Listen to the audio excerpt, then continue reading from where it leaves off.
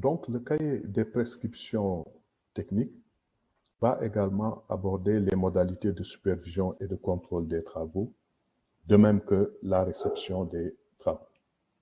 Il est important de noter que pour garantir le respect des normes et exigences requises en matière de compétences des intervenants, de qualité des matériaux et de la performance des biens et services de façon claire, précise et impartiale, l'autorité contractante doit baser sa démarche dans une perspective d'économie, d'efficience et d'équité. Les spécifications techniques issues des études techniques définissent donc les modes et exigences de la mise en œuvre. Ces spécifications techniques sont donc élaborées par le maître de l'ouvrage. Ainsi, les biens, matériaux, services et compétences requis doivent être conformes aux normes internationalement reconnues ou au moins d'une qualité égale ou supérieure aux normes mentionnées dans les spécifications. Il s'agit là de la réponse que doit apporter le candidat au marché aux spécifications techniques qui lui sont exposées dans le dossier d'appel d'offres.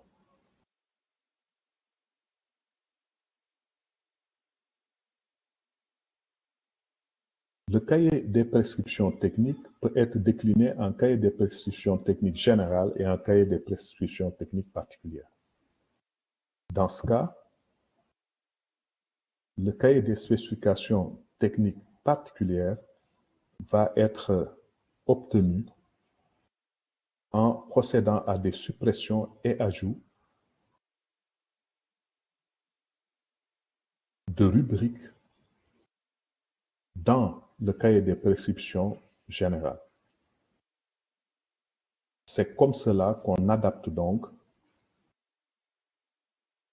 nos prescriptions générales particulières aux prescriptions générales habituellement utilisables pour tous les projets de même nature.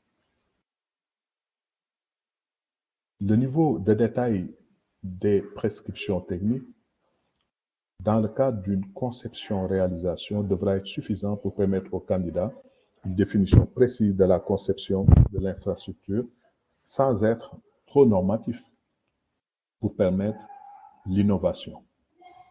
De même, dans le cas de missions séparées de conception et réalisation, disons par contre, dans le cas de missions séparées de conception et réalisation, la précision peut être plus importante du moment que les candidats doivent pouvoir, sur la base des prescriptions qui leur sont présentées, décliner une offre complète et exhaustive. C'est dire que, dans ce cas-là, les prescriptions doivent avoir un niveau de détail suffisant pour permettre une estimation raisonnablement précise des coûts. Un aspect important à noter dans l'élaboration des prescriptions techniques, c'est la nécessité, dans la plupart des dossiers, de sérier les exigences en exigences majeures et en exigences non majeures.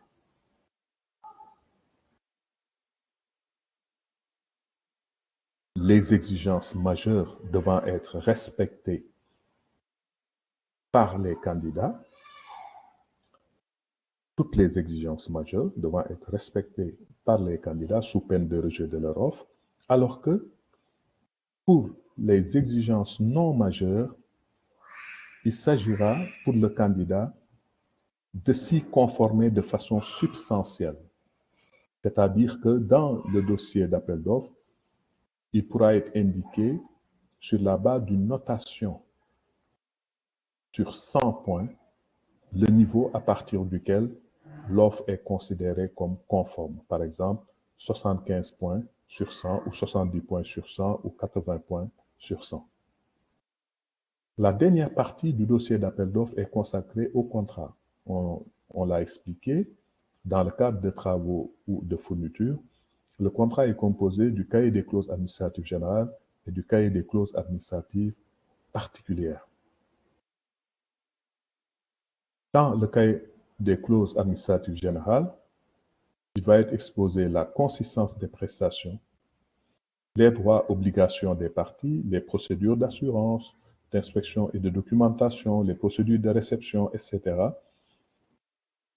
De même que tous les aspects liés aux procédures de révision des prix, de garantie, à la garantie de bonne exécution, aux situations de force majeure, aux dommages et pénalités, à la résiliation du contrat ainsi qu'au règlement des différends. À noter que le cahier des clauses administratives générales est complété par le cahier des clauses administratives particulières qui y apporte des précisions, des compléments et des modifications le cas échéant. Le CCAP prime sur le CCAG. Nous mettons à votre disposition des exemples de DAO, donc dossier d'appel d'offres pour travaux, fournitures et services, ainsi que un exemple donc de dossier de demande de proposition s'agissant des prestations intellectuelles. Donc voilà pour ce qui concerne le dossier d'appel d'offres. La dernière partie est consacrée à l'évaluation des offres.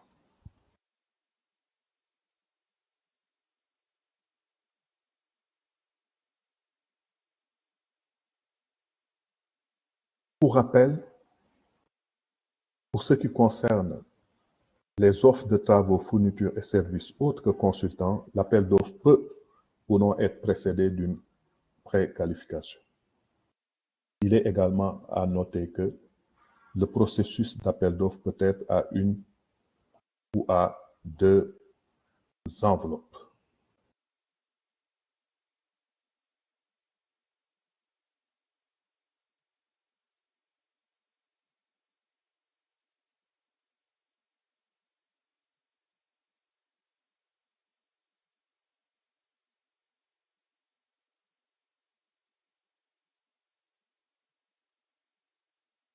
Pour le processus à une enveloppe, comme étape d'évaluation, nous avons l'ouverture publique des offres, l'examen préliminaire, l'évaluation détaillée, l'identification de l'offre la plus avantageuse et l'examen de la qualification du soumissionnaire pressenti. L'ouverture des offres doit se dérouler en séance publique avec une lecture à haute voix du contenu des offres, et cette ouverture des plis doit être sanctionnée par un procès-verbal d'ouverture des plis. Il est à noter qu'il ne doit pas y avoir de rejet d'offres en séance d'ouverture des offres. La séance d'ouverture des offres est une séance de constat. À noter également que les offres reçues après le délai sont retournées sans être ouvertes. L'examen préliminaire qui suit l'ouverture des offres va permettre d'identifier et rejeter les offres incomplètes, non recevables ou non conformes. Il s'agira de procéder tout d'abord à la vérification de forme, les signatures, les accords de groupement, les autorisations de fabricants, etc. Ensuite, il s'agira de vérifier si les candidats satisfont aux critères de provenance, c'est-à-dire s'ils sont éligibles pour le marché considéré. À l'examen préliminaire, on va également vérifier la fourniture des garanties exigées. On va vérifier si les offres sont exhaustives et on va également vérifier si les offres sont conformes pour l'essentiel. Cette conformité pour l'essentiel va être vérifiée du point de vue de l'acceptation de certaines exigences de notre cahier des charges ou dossier d'appel d'offres. Par exemple, si un candidat prévoit la révision des prix alors qu'elle n'est pas autorisée, si un candidat ne satisfait pas aux prescriptions techniques ou les remet en cause, ou remet en cause le calendrier proposé, ou prévoit la sous-traitance là où elle n'est pas autorisée, ou refuse des engagements importants, ou refuse les dispositions relatives aux droits applicables, par exemple un candidat étranger qui indique que le droit applicable au contrat qu'il peut accepter, c'est le droit de son pays d'origine. Et tout autre motif donc de rejet indiqué dans les instructions au soumissionnaire. Dans l'évaluation de la conformité des offres, qui fait partie de l'examen préliminaire, on peut avoir recours à des critères notés, notamment lorsqu'on recherche des avantages non quantifiables dans les offres.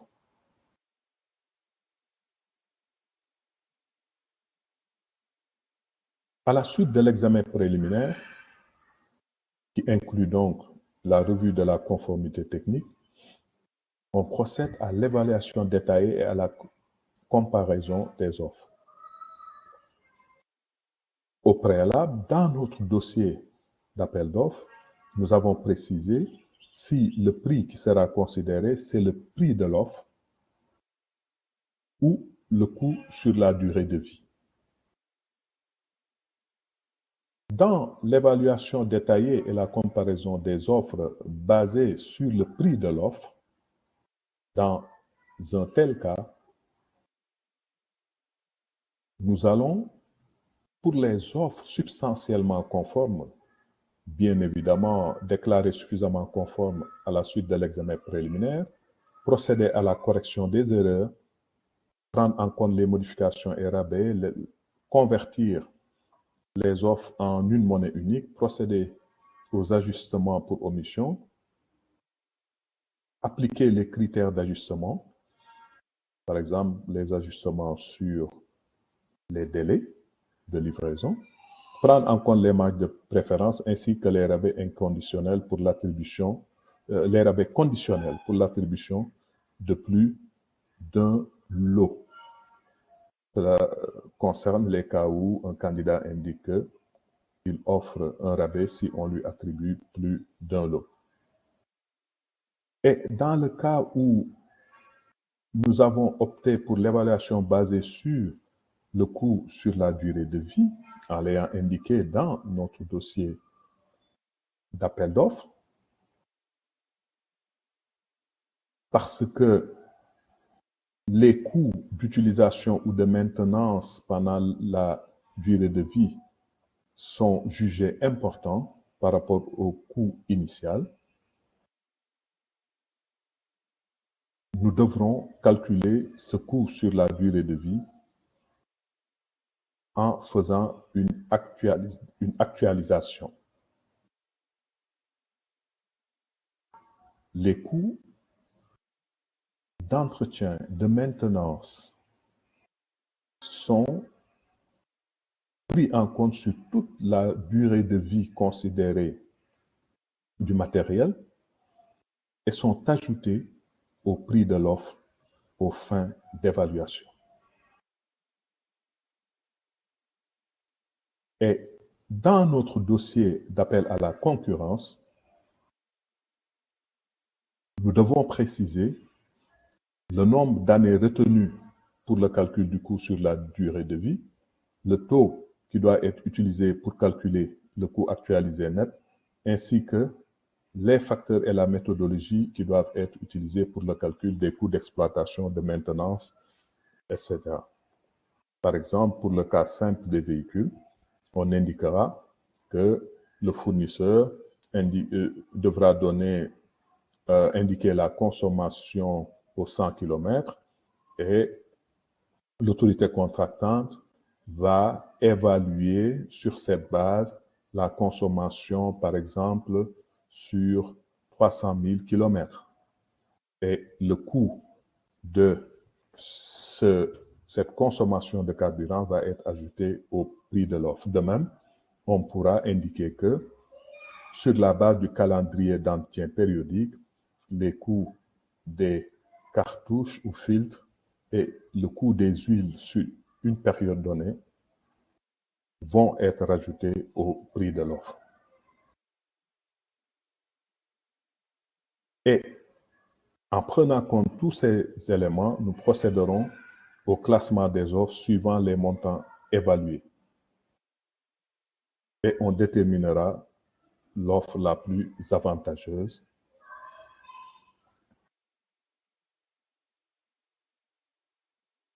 On finira par la vérification de la qualification du soumissionnaire ayant présenté cette offre la plus avantageuse. Les critères de qualification habituellement à considérer, c'est au plan technique, l'expérience, la réalisation de prestations similaires, les moyens humains et matériels, et au plan financier, le chiffre d'affaires, la capacité financière, l'attestation bancaire. Si le soumissionnaire conforme et qui est le moins disant est substantiellement qualifié, le marché lui est attribué. Et s'il n'est pas qualifié, le marché est attribué au candidat classé deuxième. Dans le cadre du processus d'évaluation à 2 enveloppes, nous pouvons distinguer les étapes suivantes: l'ouverture publique des offres techniques, la notification des résultats de l'évaluation technique au candidat, l'ouverture des offres financières. Donc, il y a 2 étapes, 2 ouvertures de prix, offres techniques et offres financières. L'évaluation des offres financières, puis de l'offre globale, l'identification de l'offre la plus avantageuse et l'examen de la qualification et l'attribution du marché.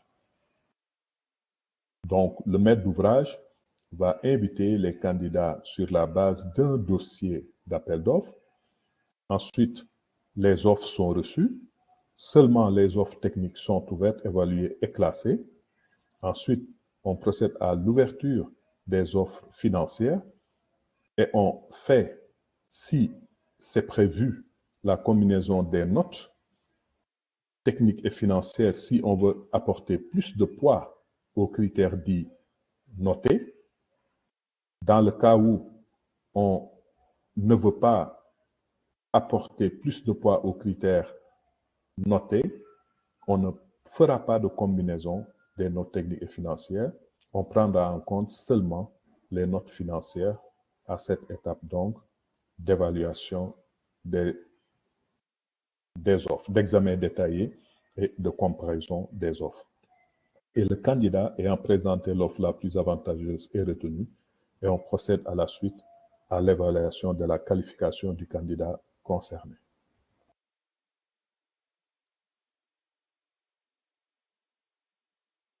Pour faire la combinaison des notes techniques et financières, sur la base de l'offre financière, on attribue des notes inversement proportionnelles au prix en considérant que l'offre la plus basse obtient 100 points. Et donc, on détermine la note des autres candidats en faisant une règle de 3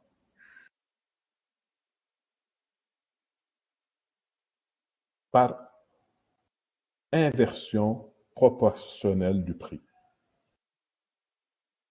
Et dans le dossier d'appel à la concurrence, on a indiqué le pourcentage réservé à la note technique et le pourcentage réservé à la note financière. Nous recommandons pour la note technique, c'est-à-dire les critères notée de se situer en 30 à 50% suivant l'impératif d'optimisation des ressources. Et le reste donc du pourcentage est consacré à la note financière. Nous mettons à votre disposition un exemple de rapport d'analyse des offres dans la plateforme. La dernière partie va être consacrée à l'évaluation des propositions de consultants. Dans le cadre de cette évaluation, nous avons 5 méthodes. La méthode basée sur la qualité et le coût, la méthode basée sur le moindre coût, la méthode basée sur un budget prédéterminé, la méthode basée sur la qualité technique et la méthode basée sur les qualifications du consultant. S'agissant de la méthode basée sur la qualité et le coût, l'autorité contactante, sur la base d'un barème indiqué dans la demande de proposition, va procéder à l'évaluation des offres techniques. Et il en fait un classement. Les offres qui n'atteignent pas la note technique minimale sont écartées et on ouvre les offres financières des candidats qui ont obtenu la note technique minimale. À la suite, on fait la notation des offres financières sur une base inversement proportionnelle. L'offre financière la plus basse étant attributaire de 100 points. Et donc, le marché est attribué au candidat qui obtient la note globale la plus élevée. Et on entre en négociation avec ce candidat. S'agissant de la méthode basée sur un budget prédéterminé, jusqu'à l'évaluation des offres techniques, on procède de la même manière, donc on évalue les offres sur la base d'un barème explicité dans la demande de proposition et les propositions qui n'ont pas atteint la note minimale sont écartées. Et on fait le classement des offres techniques de tous les candidats ayant un score supérieur ou égal à la note minimale. À la suite, on procède à l'ouverture des offres financières des candidats. Et une fois ces offres financières vérifiées et évaluées, toutes les offres qui dépassent le budget sont rejetées, sont écartées, et on entre en négociation avec le candidat qui avait obtenu la meilleure note technique.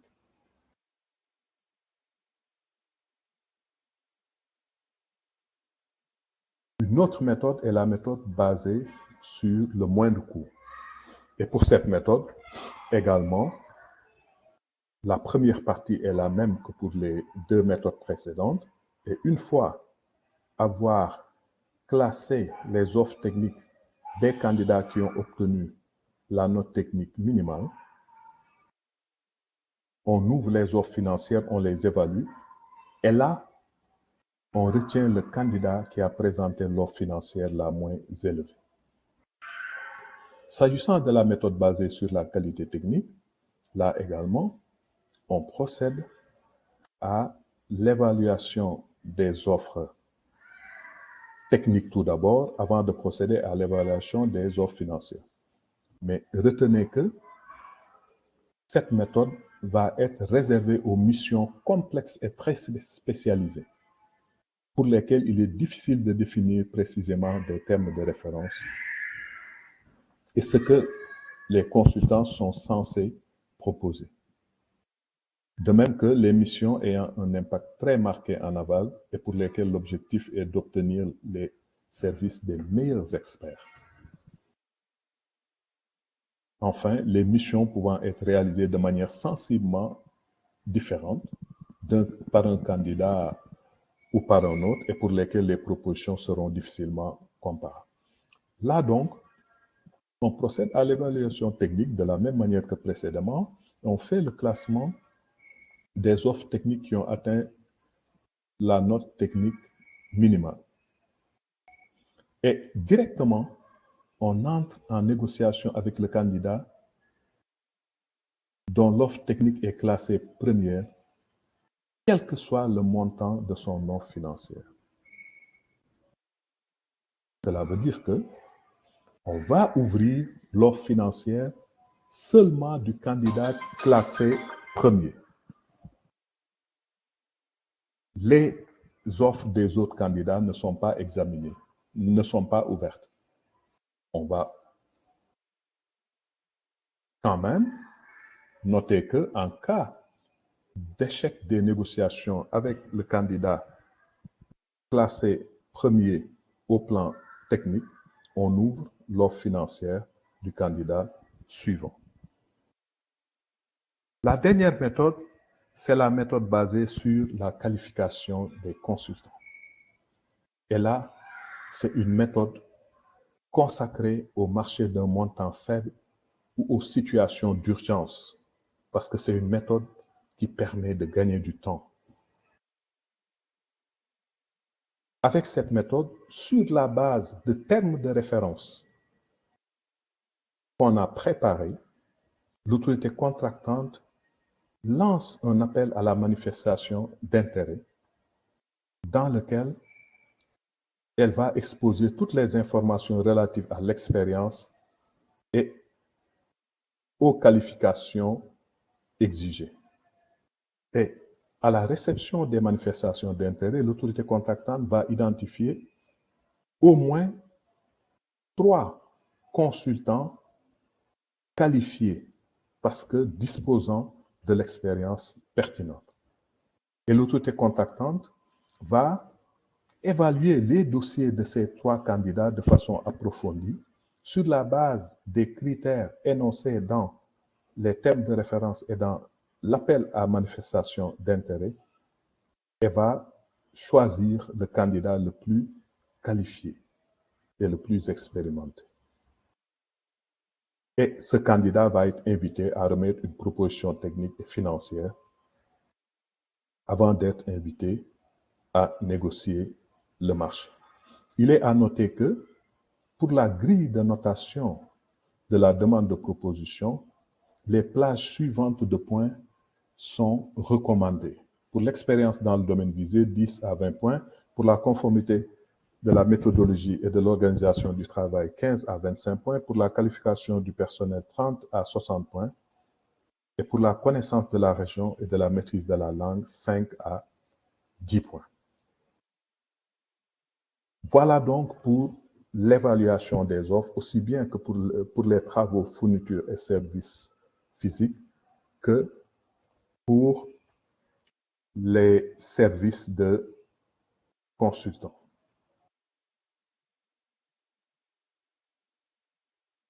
Ceci met fin à la présentation du module. Nous espérons que vous avez pu tirer de bonnes connaissances de ce qui vous a été exposé ici. Et nous restons à votre disposition pour la séance de questions-réponses prévue la semaine prochaine, prévue le 13 juin, dans l'après-midi. En attendant, nous vous invitons à revisiter le support au niveau de la plateforme. Nous vous invitons également à traiter le quiz présenté au niveau de la plateforme et dont ensemble, nous pourrons passer en revue les réponses jeudi prochain. Merci beaucoup à tout le monde et à jeudi.